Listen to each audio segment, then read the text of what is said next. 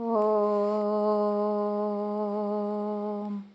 गुं गुरुभ्यो नमः। ॐ गं गणपतये नमः। ॐ सं सरस्वत्यै नमः। ഓംകാരപ്പൊരുളാം ജഗജ്ജനനി നിൻ പാദം സ്മരിച്ചന്വഹം ശങ്കാഹീനമുരച്ചിടാം സവിനയം സത്യം പരം ധീമഹി.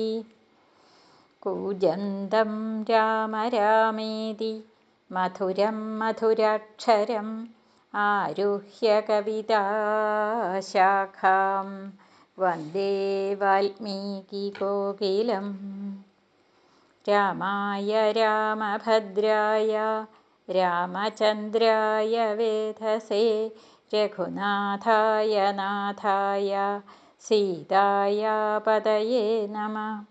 സംസാരസാഗരേ മഗ്നം ദീനം മം കരുണാനിധേ കർമ്മഗ്രാഹഗൃഹീതാംഗം മാമുദ്ധര ഭവാർണവാത്.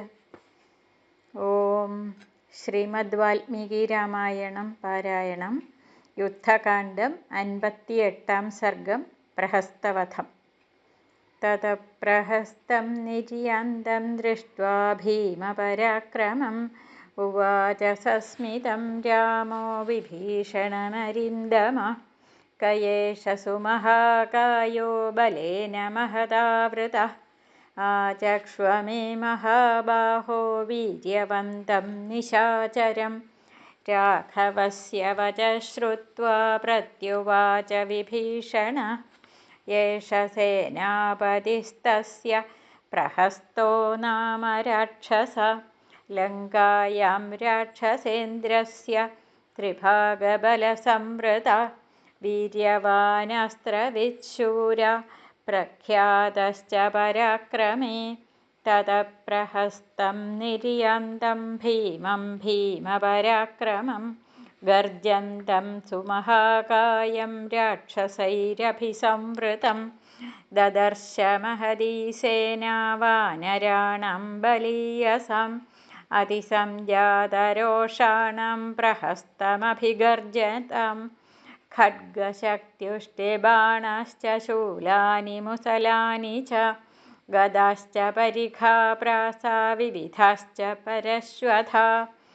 യദ്യന്ധന്ത്രംഷി ച വിചിത്രാണി രാക്ഷസാണാം ജയൈഷിണാം പ്രഗൃഹീതാന്യശോഭന്ത വാനരാനഭിധാവതാം. ജഗൃഹുഃ പാദപാംശ്ചാപി പുഷ്പിതാൻ വാനരർഷഭാ ശിലാശ്ച വിപുലാ ദീർഘാ യോദ്ധുകാമാ പ്ലവം ഗമാ. തേഷാമന്യോന്യമാസാദ്യഃ സംഗ്രാമഃ സുമഹാനഭൂത്. ബഹൂനാമശ്മവൃഷ്ടിം ച ശരവൃഷ്ടിം ച വർഷതാം. ബഹവോ രാക്ഷസാ യുദ്ധേ ബഹൂൻ വാനരയൂഥപാൻ. വാനരാ രാക്ഷസാംശ്ചാപി നിജഘ്നൻ ബഹവോ ബഹൂൻ. ശൂലൈഃ പ്രമഥിതാ കേചിत् കേചിശ്ച പരമായുധൈഃ. പരിഘൈരാഹതാ കേചിत् കേചിച്ഛിന്നാ പരശ്വഥൈः. നിരുച്ഛ്വാസാ കൃതാ കേചിत् പതിതാ ധരണീതലേ. വിഭിന്നഹൃദയാ കേചിദിഷു സന്ധാനസംധിതാ. കേചിദ്വിധാ കൃതാ ഖഡ്ഗൈः സ്ഫുരന്തഃ പതിതാ ഭുവി. വാനരാ രാക്ഷസൈः ശൂലൈः പാർശ്വതശ്ച വിദാരിതാ. വാനരൈശ്ചാപി സംക്രുദ്ധൈः രാക്ഷസൗഘസമന്തതാ. പാദപൈർഗിരിശൃംഗൈശ്ച सम्पिष्टा वसुधातले. वज्रस्पर्शतलैर्हस्तैर्मुष्टिभिश्च हता भृशं. वेमुः शोणितमास्येभ्यो विशीर्ण दशनेक्षणा. आर्तस्वनं च स्वनतां सिंहनादं च नर्दतां. बभूव तुमुलः शब्दो हरिणां राक्षसां युधि. वानरा राक्षसा क्रुद्धा वीरमार्गमनुव्रताः. विवृत्तनयना क्रूरश्चक्रु क्रूरकर्मणि भीतवात् नरान्तकः कुम्भहनुर्महान्नदः समुन्नता एते प्रहस्तः सचिवा सर्वेऽग्नुर्वनौकसा तेषामापततं शीघ्रं निघ्नतं चापि वानरान् द्विविधो गिरिशृङ्गेण जघानैकं नरान्तकं दुर्मुखः पुनरुत्पाट्य कपिः स विपुलद्रुमं राक्षसं क्षिप्रहस्तास्तु समुन्नतमपोधयत् जाम्बवांस्तु सुसंक्रुद्धः प्रगृह्य महतीं शिलां पातयामास तेजस्वी महानादस्य वक्षसि अथ कुम्भहनुस्तत्र तारेणासद्य वीर्यवान् ववृक्षेणाभिहतो मूर्ध्निं प्राणान् संत्याजय अद्रग्ने अमृष्यमाणस्तत्कर्म प्रहस्तो रथमास्थितः चकारकदनं घोरं धनुष्याणिर्वनौकसम् आवर्त इव संयज्ञे उभयसैनयोस्तदा क्षुभितस्याप्रमेयस्य सागरस्येव निःस्वन महता हि शरौखेण प्रहस्तो युद्धकोविद अर्दयामास संक्रुद्धो वानरान् परमाहवे वानराणां शरीरैश्च राक्षसानां च मेदिनी बभूव निचिता घोरा पतितैरिव पर्वतैः सा महीरुधिरौघेण प्रच्छन्ना सम्प्रकाशते संच्छन्ना माधवे मासी पलाशैरिव पुष्पितैः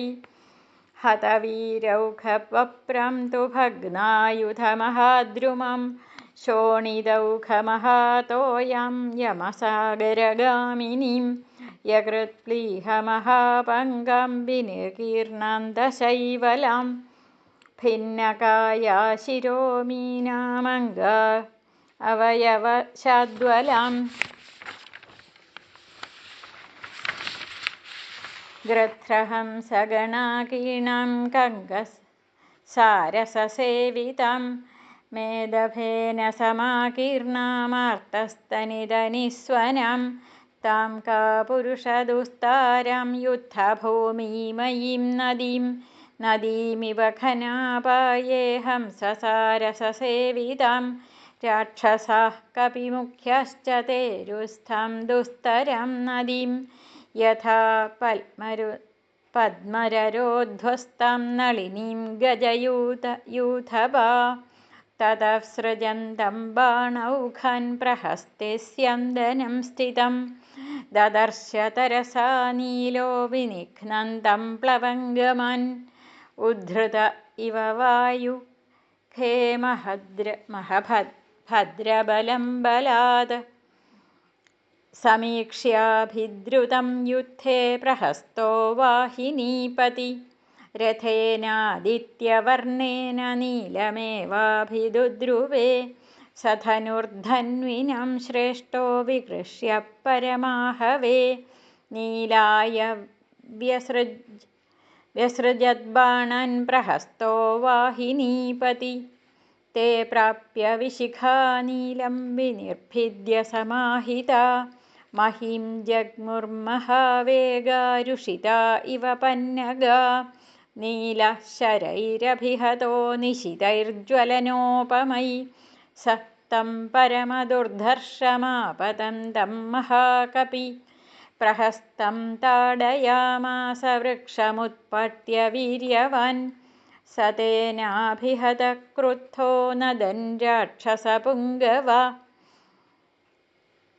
ववर्ष शरवर्षाणि प्लवङ्गानां च नूपदौ तस्य बाणगणान् घोरान् राक्षसस्य महाबल अपारयन् वारयितुं प्रत्यगृहणान्निमीलिता यथैव गोवृषो वर्षशारदं शीघ्रमागतं जोषितः शरवर्षेण सालेण महता महान् प्रजघानहयान्नीलप्रहस्तस्य मनोजवान् ततः स चापमुद्गृह्य प्रहस्तस्य महाबला बभञ्जतरसा नीलो ननाद च पुनः पुनः विखनुस्तु कृतस्तेन प्रहस्तो वाहिनीपति प्रगृह्य मुसलं घोरं स्यन्दनादवपुप्लवे तावुभौ वाहिनीमुख्यौ जातवैरोदरस्विनौ स्थितौ क्षतजाधिदिग्धङ्गौ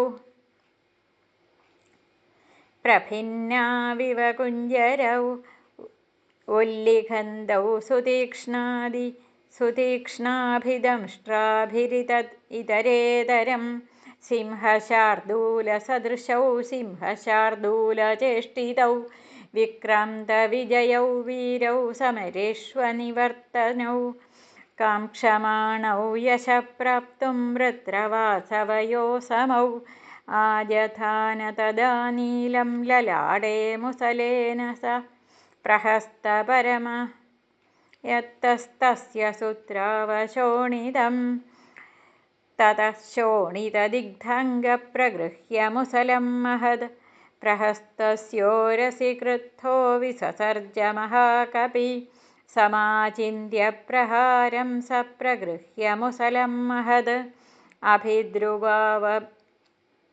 अभिदुद्रावबलिनं बलानीलं प्लवं गमं तमुग्रवेगं संरब्धमापदं तं महाकपि ततः सम्प्रेक्ष्य जग्राह महावेगो महाशिलां तस्य युद्धाभिगामस्य मृधे मुसलयोधिना प्रहस्तस्य शिलां नीलो मूर्ध्नि तूर्णमपातयत् सा तेन कपिमुख्येन विमुक्ता महती शिला बिभेद बहुधा घोरा प्रहस्तस्य शिरस्तदा सगतासुर्गतः श्रीगो गतसत्त्वो गतेन्द्रिया पपात सहसा भूमौ छिन्नमूल इव द्रुमः प्रभिन्नशिरसस्तस्य बहुशुस्रावशोणितं शरीरादपि शुस्रावगिरे प्रस्रवणं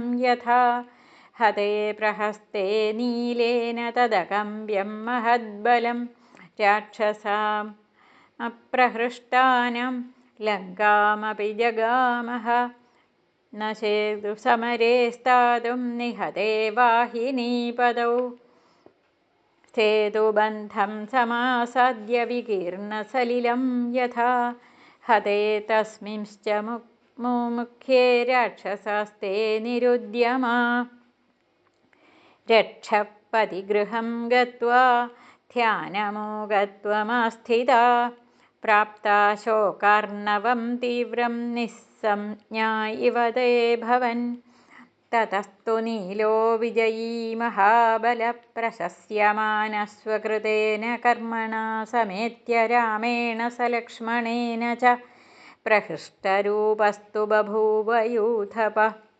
इत्यार्षे श्रीमद् रामायणे वाल्मीकीये आदिकाव्ये चतुर्विंशतिसहस्रिकायां संहितायां युद्धकाण्डे प्रहस्तवधो नाम 58 सर्ग। श्रीराम राम राम राम राम राम राम राम राम राम राम राम राम।